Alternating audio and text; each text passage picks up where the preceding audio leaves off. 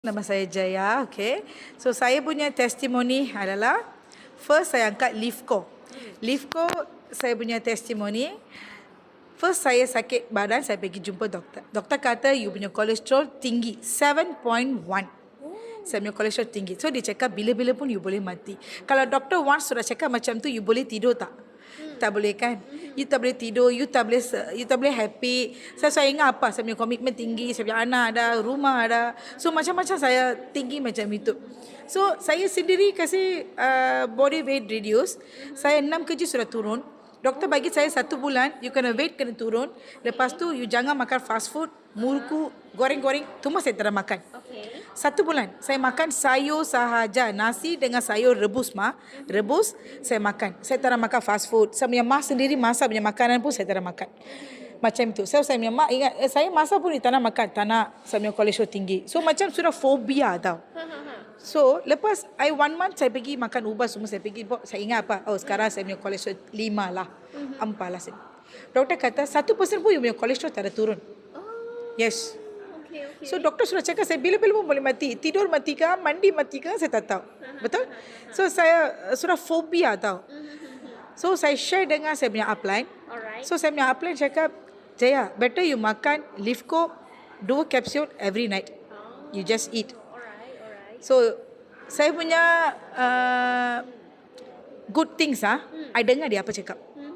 So saya ingat sebab doktor cakap tak ada jadi. Sendiri makan remedy pun tak ada jadi. So macam mana tak apalah, ikut cakap upline. Saya makan. Saya makan, lepas tu I pergi 1 bulan.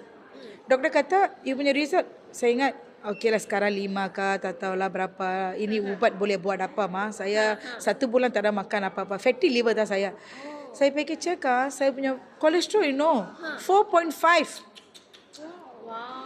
So sekarang yes, saya weight 6 kilo turun.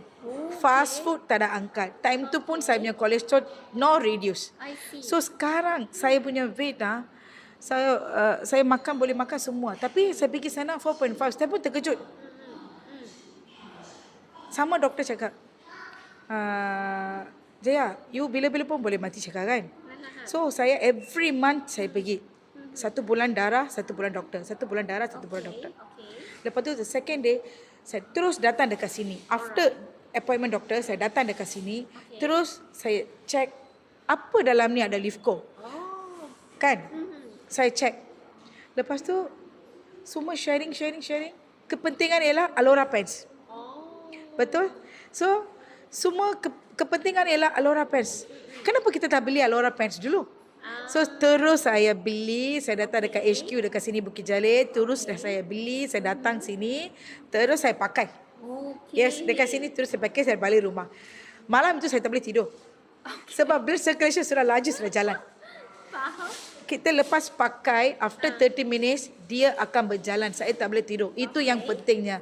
Kalau you tak boleh, sudah tidur, that means itu Alora Pens tak ada jalan.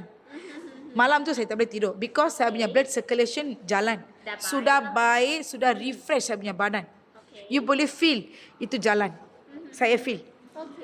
Lepas tu next appointment saya pergi doktor. Dia kata apa tahu? Oh sekarang you punya blood circulation, you punya report banyak cantik. You punya kolesterol 3.2. Sekarang saya makan fast food boleh. Goreng-goreng boleh. Saya punya mak masak pun boleh. Semua saya makan. Alora Pens dengan Livco saja sekarang saya punya untuk saya punya kolesterol turun. Yes.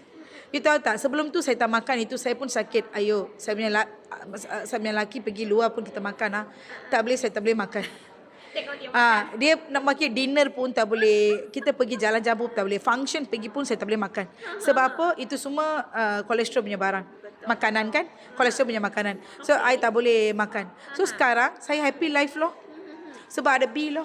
Saya boleh makan semua. Bagus sekali. Yes. Saya pakai Alora Pens, saya makan Livco. Sekarang saya happy life mah.